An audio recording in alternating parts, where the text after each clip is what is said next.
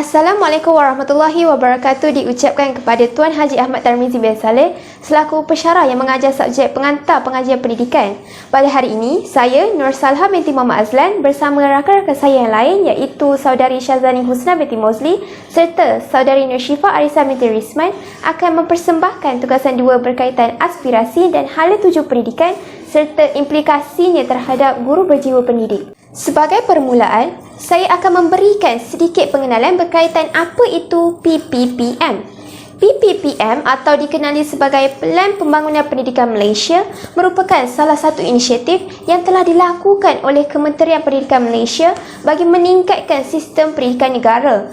Antara tujuan utama PPPM diperkenalkan adalah untuk memberikan pendidikan yang terbaik kepada semua murid di mana setiap individu layak untuk menerima pendidikan tanpa mengira latar belakang. Selain itu, Pelan Pembangunan Pendidikan Malaysia ini juga diperkenalkan untuk menilai prestasi dan mengambil kira pencapaian yang berkaitan dengan pendidikan untuk dibandingkan dengan tanda aras antarabangsa. Hal ini dilakukan agar sistem pendidikan di negara kita berada di kedudukan teratas serta setanding dengan pendidikan di antarabangsa. Kemudian, saya akan menerangkan tentang apa yang dimaksudkan dengan aspirasi pendidikan. Menurut Kamus Dewan edisi ketiga, aspirasi membawa maksud keinginan atau kehendak yang kuat untuk mencapai sesuatu. Pendidikan pula didefinisikan sebagai satu agenda besar yang boleh mempengaruhi kualiti dan ketamadunan bangsa di dunia kita. Oleh itu, berdasarkan istilah yang telah diberikan, jelaslah bahawa aspirasi pendidikan ini bertepatan dengan hasrat yang ingin dicapai oleh Kementerian Pendidikan Malaysia iaitu untuk melaksanakan perubahan yang terbaik kepada sistem pendidikan di negara kita ini. Baiklah, saya pasti semua nak tahu apa itu guru berjiwa pendidik. Sebagai makluman, guru berjiwa pendidik ialah guru yang mempunyai fahaman yang jelas tentang matlamat sebenar pendidikan yang pada asasnya untuk mengubah tingkah laku manusia, iaitu dengan menyentuh hati dan juga akal fikiran pelajar. Antara ciri-ciri guru berjiwa pendidik ialah guru tersebut haruslah kompeten dalam pelbagai aspek seperti mendidik murid-murid menggunakan pelbagai kaedah pengajaran semasa berlakunya proses pengajaran dan pembelajaran di dalam bilik darjah.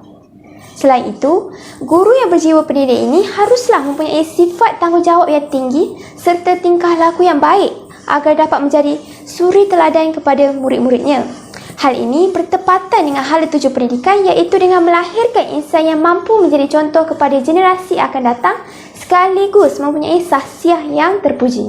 Guru juga haruslah mempunyai pengetahuan yang luas berkaitan salah silah pendidikan, falsafah pendidikan, sosiologi pendidikan serta pendidikan antarabangsa yang dikenali sebagai pendidikan global. Di dalam konteks Pelan Pembangunan Pendidikan Negara, terdapat 5 aspirasi sistem pendidikan negara yang telah diperkenalkan oleh Kementerian Pendidikan Malaysia. Antaranya, akses kepada kejayaan, memupuk perpaduan dalam kalangan murid, pelaksanaan berkecekapan tinggi, kualiti standard antarabangsa dan equity kepada semua murid. Saya akan memberikan penjelasan 2 daripada 5 aspirasi sistem pendidikan negara yang telah diutarakan sebentar tadi. Aspirasi pertama yang akan saya terangkan ialah akses kepada kejayaan. Kementerian Pendidikan Malaysia telah berhasrat untuk mencapai 100% enrolment atau dikatakan sebagai bilangan orang yang mendaftarkan diri sebagai pelajar merentas semua peringkat pendidikan menjelang tahun 2030. Sebagai pengetahuan, semua peringkat pendidikan adalah bermaksud daripada peringkat prasekolah sehingga kepada peringkat menengah atas.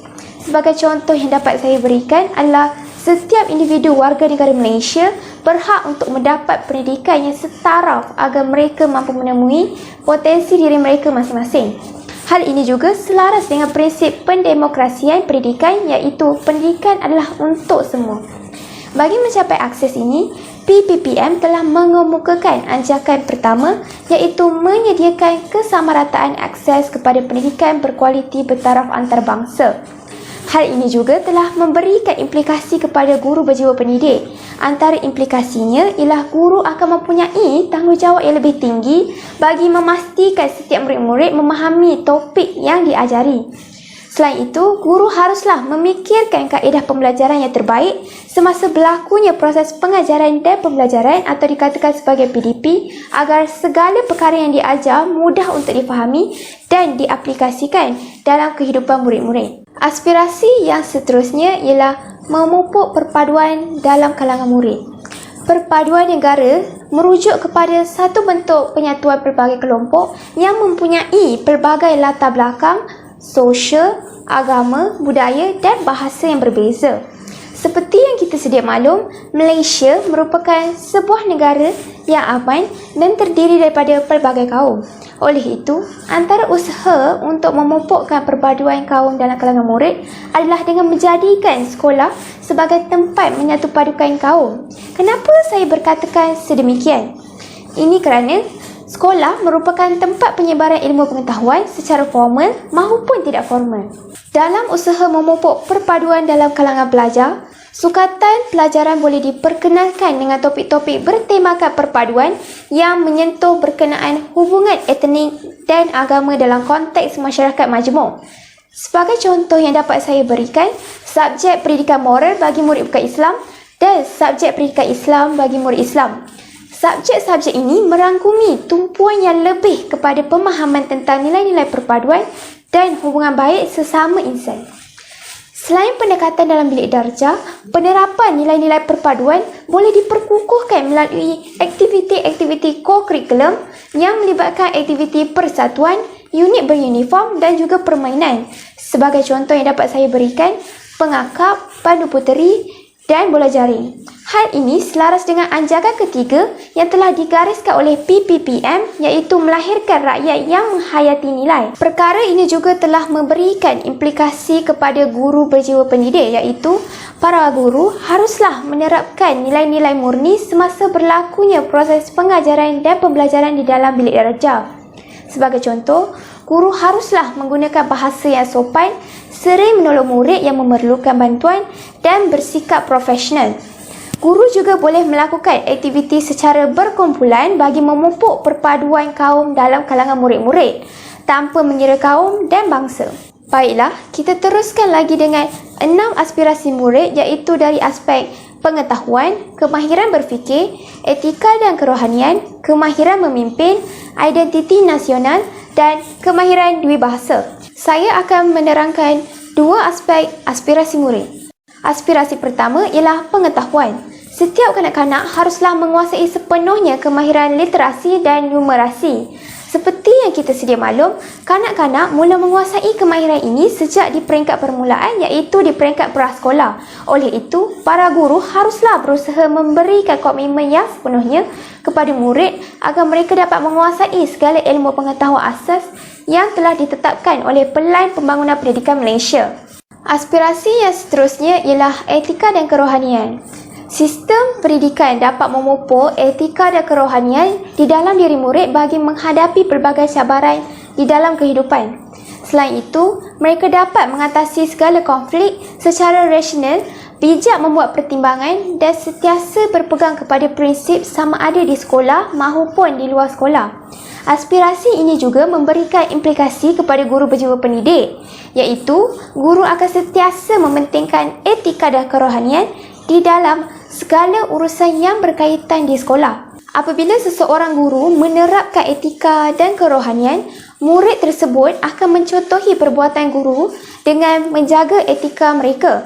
Sebagai contoh yang dapat saya berikan, mereka akan mematuhi segala etika pemakaian, mematuhi peraturan sekolah dan akan menjaga adab mereka ketika berada di tempat awam. Baiklah, itu sahaja daripada saya. Penerangan yang lebih lanjut berkaitan aspirasi sistem pendidikan negara dan aspirasi murid akan diterangkan oleh rakan saya yang seterusnya. Terima kasih diucapkan kepada Saudari Salha atas penerangan yang cukup baik berkenaan aspirasi sistem pendidikan dan aspirasi murid. Sebelum saya pergi dengan lebih lanjut, izinkan saya memperkenalkan diri, iaitu nama saya Syahzani Husna binti Mozli dari kelas PP S2.06. Yang pertama ialah aspirasi sistem pendidikan, iaitu pelaksanaan berkecekapan tinggi. Bagi mencapai aspirasi sistem pendidikan, maka pelaksanaan akan dilaksanakan dengan penuh tanggungjawab bagi memastikan penggunaan bajet yang disediakan oleh kerajaan digunakan dengan lebih cekap dan berkesan bagi memaksimalkan keberhasilan murid. Aspirasi sistem pendidikan ini dikaitkan dengan anjakan yang ke-10, iaitu memaksimalkan keberhasilan murid dan bagi setiap ringgit yang telah dikeluarkan. Seperti yang semua sedia maklum, kerajaan telah menunjukkan komitmen yang cukup tinggi bagi menyediakan pembelanjaan yang besar dalam sistem pendidikan, iaitu dengan menyediakan kemudahan-kemudahan yang terkini di kawasan sekolah dan menyediakan teknologi-teknologi yang seiring dengan kemajuan teknologi alam ke-21 bagi keselesaan murid.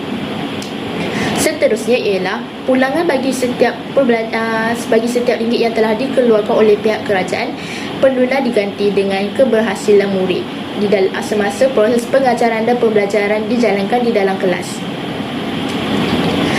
Selain itu ialah implikasi terhadap guru ialah dengan melalui kemahiran teknologi, iaitu guru-guru perlulah menggunakan bentuk PDP yang berkesan ketika proses pengajaran berlangsung, iaitu dengan menggunakan aplikasi-aplikasi yang dapat menarik minat murid untuk terus fokus di dalam kelas dan menghasilkan murid yang cemerlang dan berjaya untuk generasi akan datang.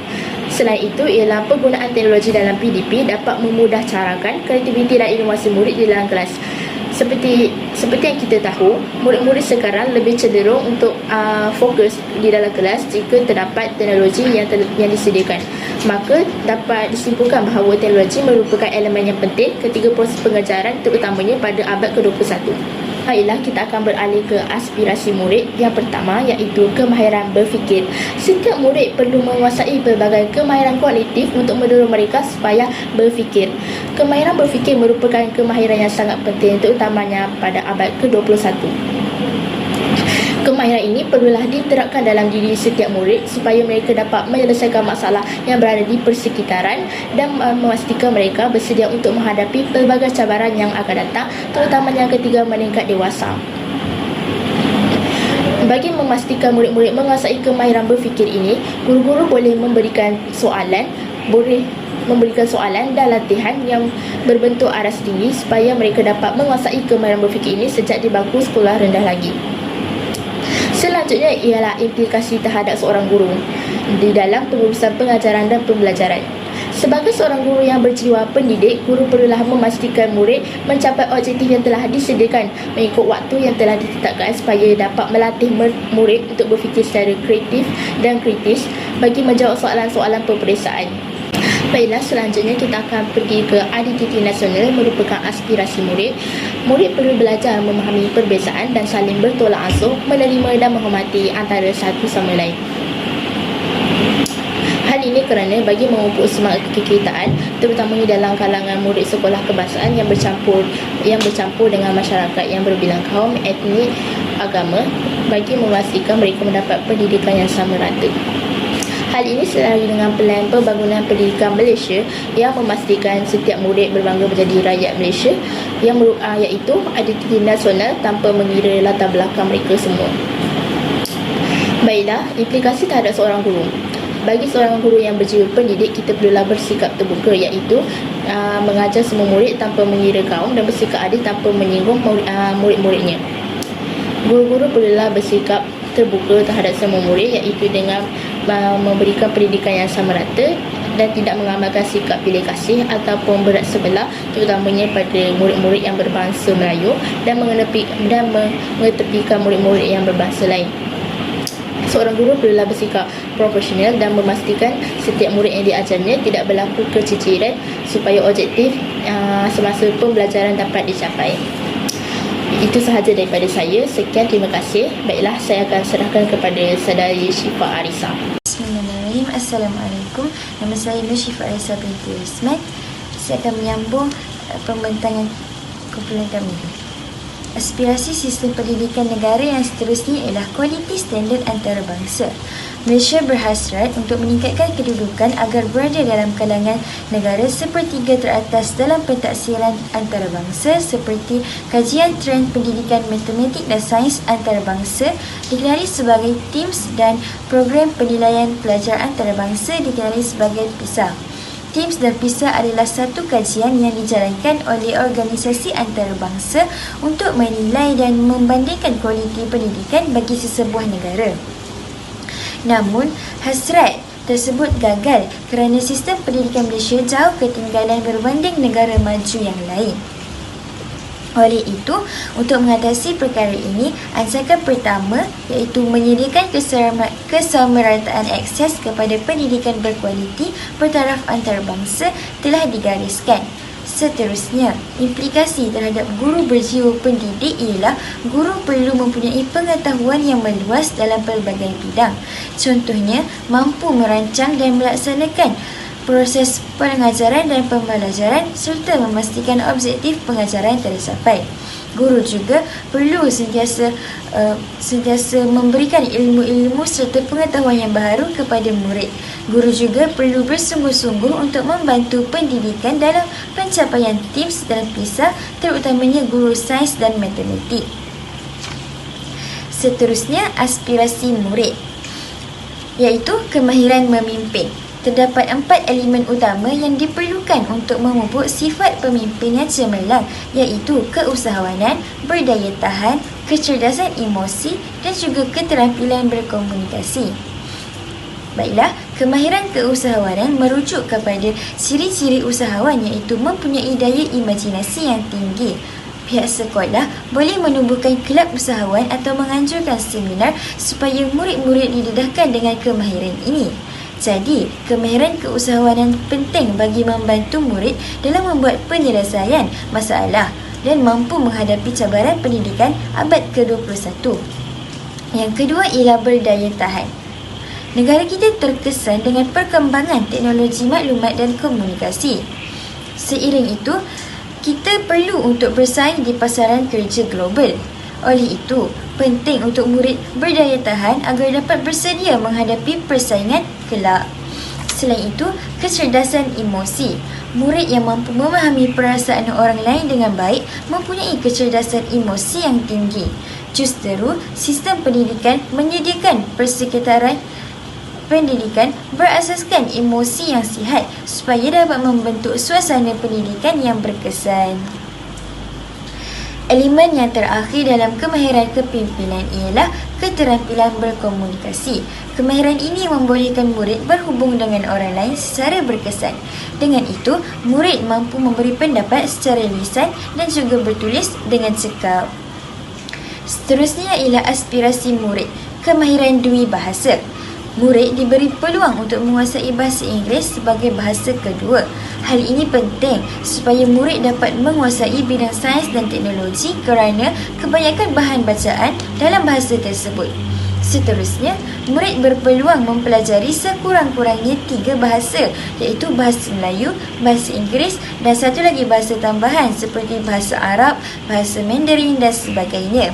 Kesannya, murid dapat bekerjasama dan berkomunikasi secara berkesan sama ada dengan rakan dalam negara ataupun rakan dari luar negara. Jadi, apa yang dapat kita rumuskan berdasarkan pembentangan pada kali ini ialah peranan guru sangat penting dalam menjayakan sistem pendidikan negara. Selain itu, guru mestilah berjiwa pendidik dan mengamalkan nilai-nilai murni. Guru juga mestilah berusaha untuk merealisasikan aspirasi sistem pendidikan negara dan 6 aspirasi murid. Sekian daripada kumpulan kami. Terima kasih.